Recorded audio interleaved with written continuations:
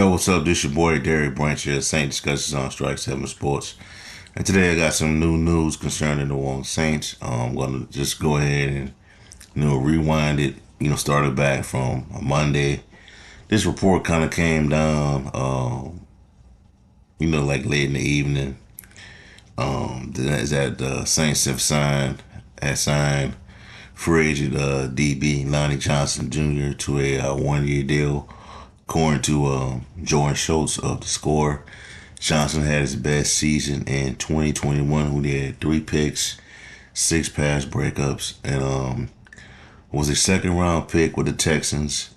Signed with the Titans. The 6th round pick, a former second round pick when he first came out, and he joins he joined the Tennessee Titans last year, and now he's with the Saints. So he had 3 different suitors according to Jordan Schultz, but he ultimately chose the New Orleans Saints to sign with. So with this signing, based on what I read about the info I read on Lonnie Johnson, is that he's a positionless player. He is a defensive back. He was drafted as a corner, but he's versatile. And the Saints, that's what they like. They like versatile corners. Versatile corners that they could put on the in the slot. They could put at play that high safety, play on the outside. But from based on what I read, according to Nick Underhill, people like that, is that um Johnson is better suited for playing the free safety role. The slot, they say that he had a lot of his issues at, and he, had some issues kind of spotty tackling as a tackler. So, if we could put him in that high safety role, that Malcolm May role, the role where May is at, while he's suspended, and he strives, that would be a great pickup. But that's still so much to be desired because we still don't know what's what the outcome is going to be with that situation, with that case with Malcolm May and when he's with the New York Jets, the DUI incident. I know the one with that occurred in Jefferson Parish got dropped, but suspension will come down, whenever they all the facts are gathered up. But this is just a 1 year deal, man. Saints didn't go out overpay for this guy. Second round pick. If it works, it worked. It worked. It's great. But this is starting to become a crowded DB room once again. You got Bradley Roby, you know, Paulson Adebo, um, kid we got last year, Alontae Taylor, who we picked in the second round. Yeah, Marshawn Lattimore, he ain't going nowhere in his role. So it's starting to become a crowded DB room. And I kind of wonder, does this mean that does this mean the end for PJ Williams? PJ Williams, came a long way. He used to be a player that a lot of Saints fans, had a lot of jokes about as him, being a defensive back, because you couldn't put him on the outside, because he pretty much was getting burnt if he did. But they found a role for him, as a safety. He was drafted as a corner, but they found a role for him as a safety in the slot, in those slot positions. He put him in like a hybrid player, and he pretty much has thrived in that role, in that niche they put him in. You know what I'm saying? But hopefully, this does not mean that this is signaling the end of PJ Williams, because I'm not saying that he can't do it, but Johnson would have some huge shoes to fill if he was taking over PJ Williams, in my opinion. You know what I'm saying? But um, these are type of players that they want to look, they like bringing in players that are pretty much positionless, where you put him in this situation, he can strive. You put him in that situation, he can strive as well. So we'll see how everything play out, man. Second round pick. Pretty much, I think he's gonna be competing for a spot on the roster once training camp starts up. So we'll see how that plays out. Now, what's interesting is that today, well, the time I'm doing the video, it's Wednesday, but yesterday, a little around that same time frame, the Saints signed a former first round pick, Jonathan Abram. Now, I don't know who Jonathan Abram is. I believe he went to Clemson. Was on that team that LSU blew it out in the national championship game with Joe Burrow. But Jonathan Abram had a lot of upside coming out of college. He was a first round pick with the Raiders. I think one of the first.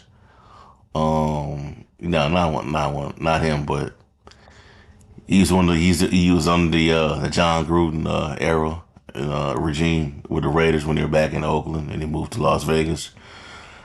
Showed a lot of potential on the field, placed a lot of plays here and there, flashes there, but injuries caught up with him, and the Raiders parted ways with him, and he went to Seattle last year, and he went to Seattle last year, and now he's a free agent once again, signed with the Saints.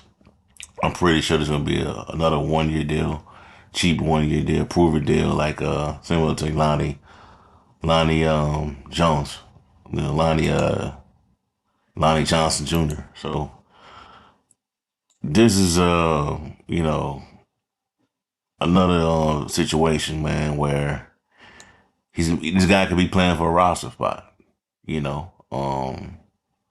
Interesting how to see how this play out. But the thing is, Dennis Allen knows how to get the best out of defensive backs because that's his specialty as a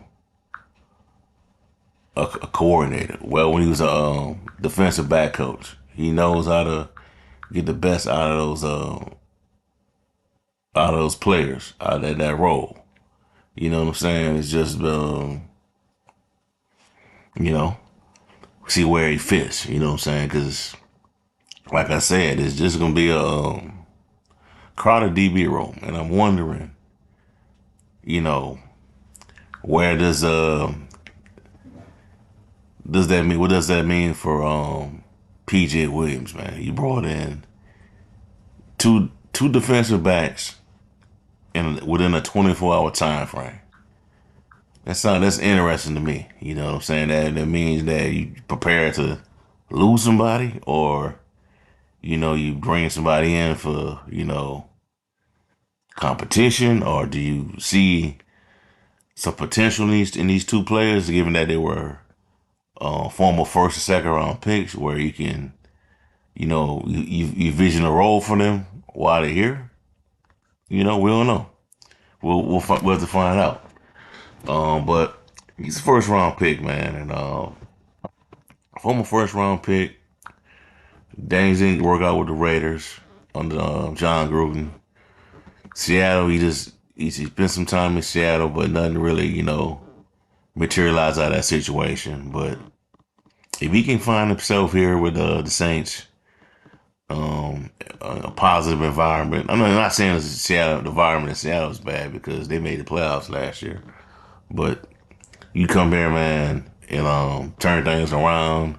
And if he was the one that took over for PJ Williams, it would be it would be great if it plays out, but the depth chart for this position, man, for safety is crowded. You got Tyrann Mathieu, Marcus May, Jonathan Abram now, Lonnie Johnson, Smoke Monday, Ugo Amadi. So that's a crowded room. You know what I'm saying? And they could bring him back. They could still bring back PJ Williams. But will Williams be able to beat these guys out? That's the thing. But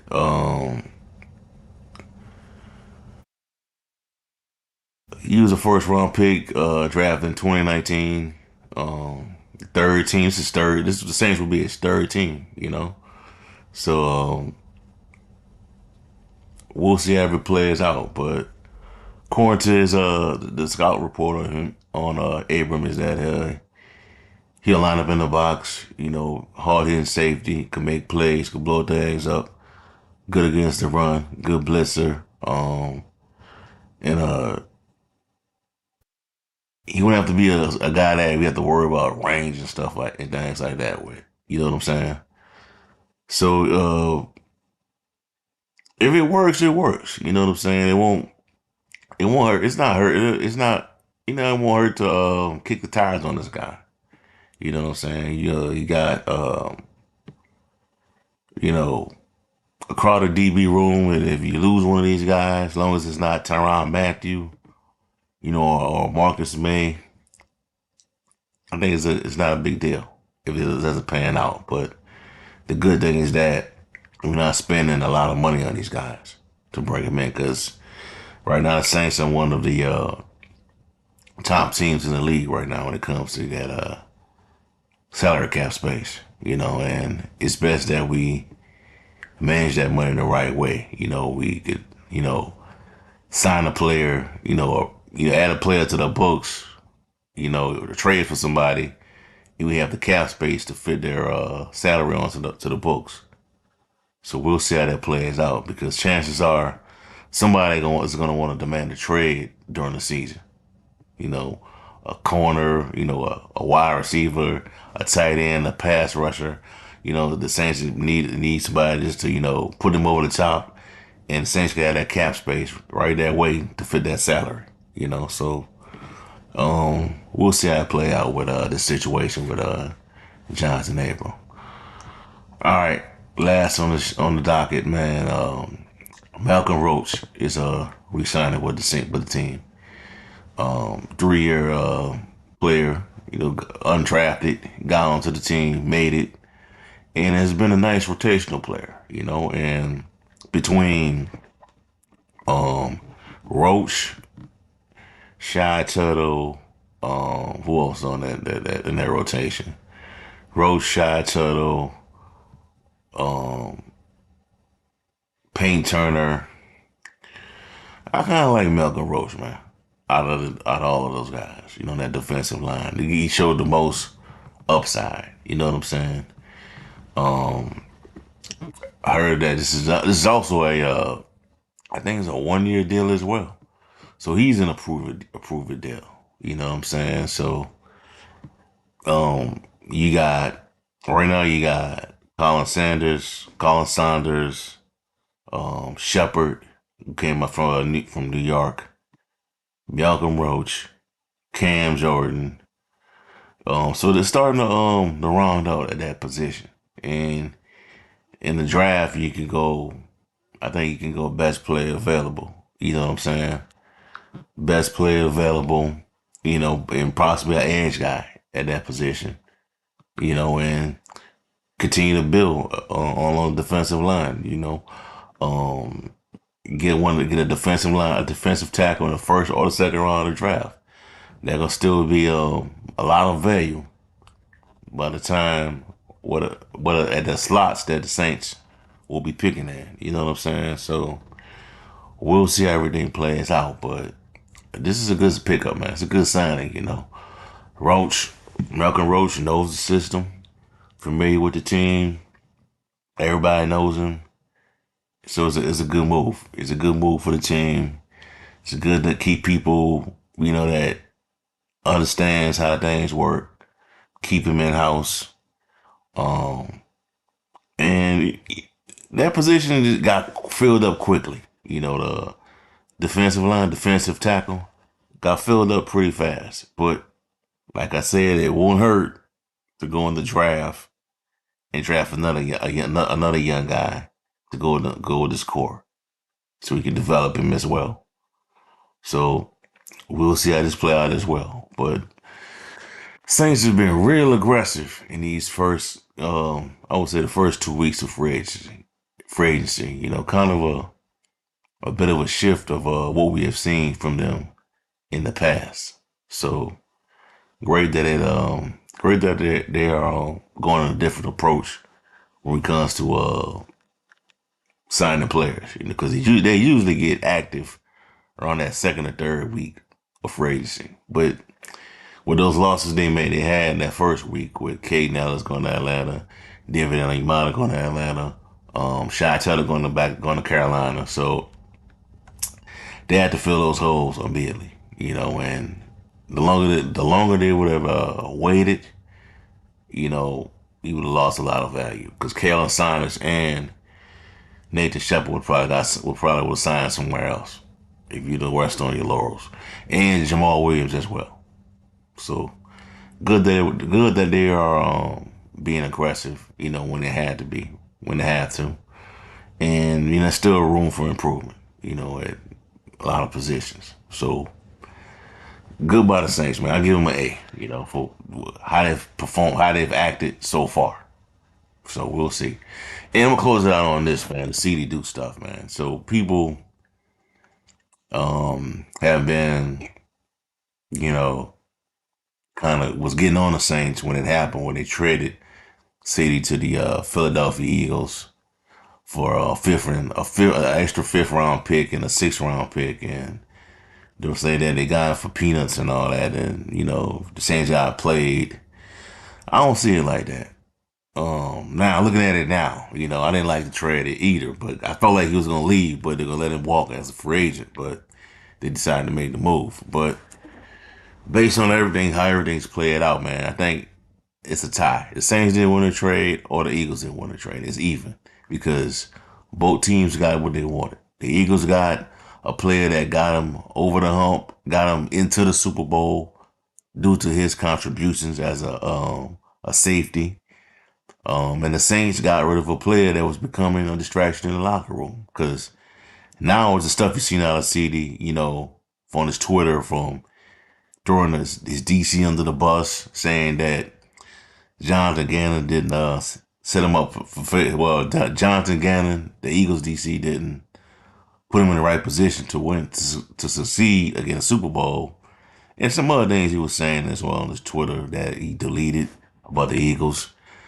They decided not to bring him back. His agent, they put an offer out there. The agent didn't, they felt like they wanted more, and they they got on the market and got signed by Detroit Lions for $8 million, which is like a 1-year deal. And I think the Saints offered him something along that ballpark as well. So he's pretty much getting the same amount of money. They would have stayed with the Saints. So he gets a 1-year prove-it deal with the Detroit Lions, going back, working with people that he's familiar with. Aaron Glenn, this DC over there in Detroit, and Dan Campbell, the head coach, was an assistant with Sean Payton. So hope it works out for him. But the Saints, I think the Saints and the Eagles got something out of this deal. It's a tie to me. Either team won that trade. So that's water under the bridge now, man. That's a done situation. He's with a new team.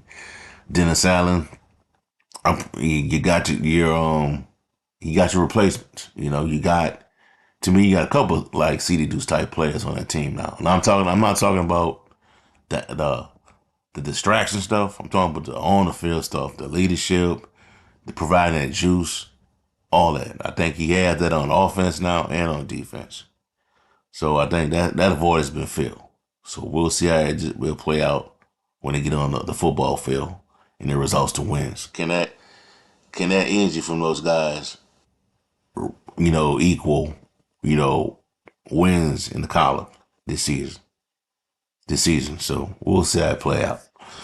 All right, that's all I have for y'all for right now, man. Give me a like, comment, subscribe to the channel. Let me know how you feel. Do you think the Saints or the Eagles won the Ceedy Duce trade? And also, the signing of Jonathan Abram and Lonnie Johnson Jr. signify the ending of PJ Williams in a Saints uniform. Also, check out strike7sports.com/Saints for latest content on the Wall Saints organization. Have a blessed night. Peace. I'm out.